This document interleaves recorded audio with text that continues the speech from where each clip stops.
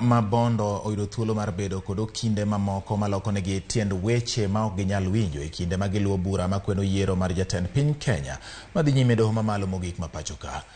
Okindego ma bende luwo burano kokalo e wang' jowi ma oketi apisi mar kar chung'o bura ma Bondo kolo weche ma iwacho e dohono koting'o manitie andika mag kuong'ruok ma iluongo ni affidavit ka girito kaka joyal buche 7 mag doho mamalo mogik biro ng'ado bura tarik 5 dwe mar 9. Chenro ni geno ni biro konyo jopiny mondo mi kik bed gi geno mamalo ahinya kendo giikre ne yo moro amora ma dohono biro ng'ado go bura mar yiero mar jatend piny.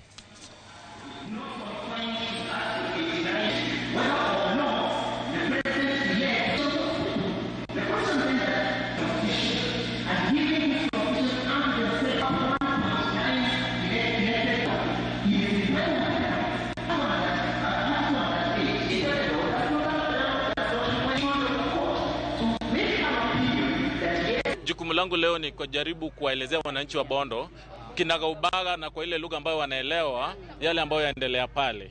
Umejua wale mawakili wanaongea na lugha ambayo huenda watu wetu hawaelewi.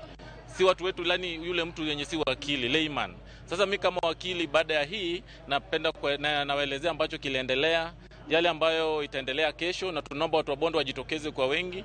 Kesho tunaendelea na pia Jumatano na Monday pia wakuje tungoje uamuzi wa kotini. Hapa penye tuko kwa CDF hall na tuko na watu wengi wako hapo ndani wanaangalia vile mambo ya koti inaendelea. Wanaangalia Supreme Court live na wanasikia vile mawakili wetu wanaongea pale.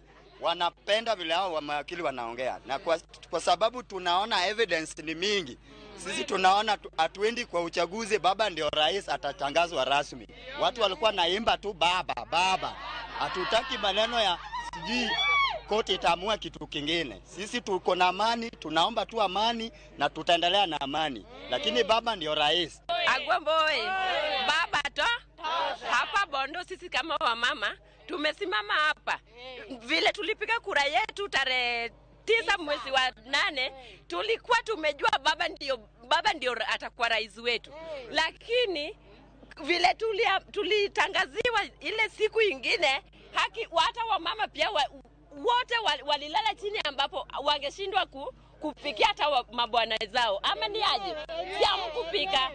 Mimi kama mama hivi nimebeba njugu yangu, nilikuwa nimefurahia Agwambo akienda, mimi nitajitoa niache hata kuuza njugu niende kwa maendeleo fulani, lakini sasa wamenyang'anya baba. Mimi ninalia sana, nina huzuni zaidi. Tafadhali wanakoti mfanye heshima. Governor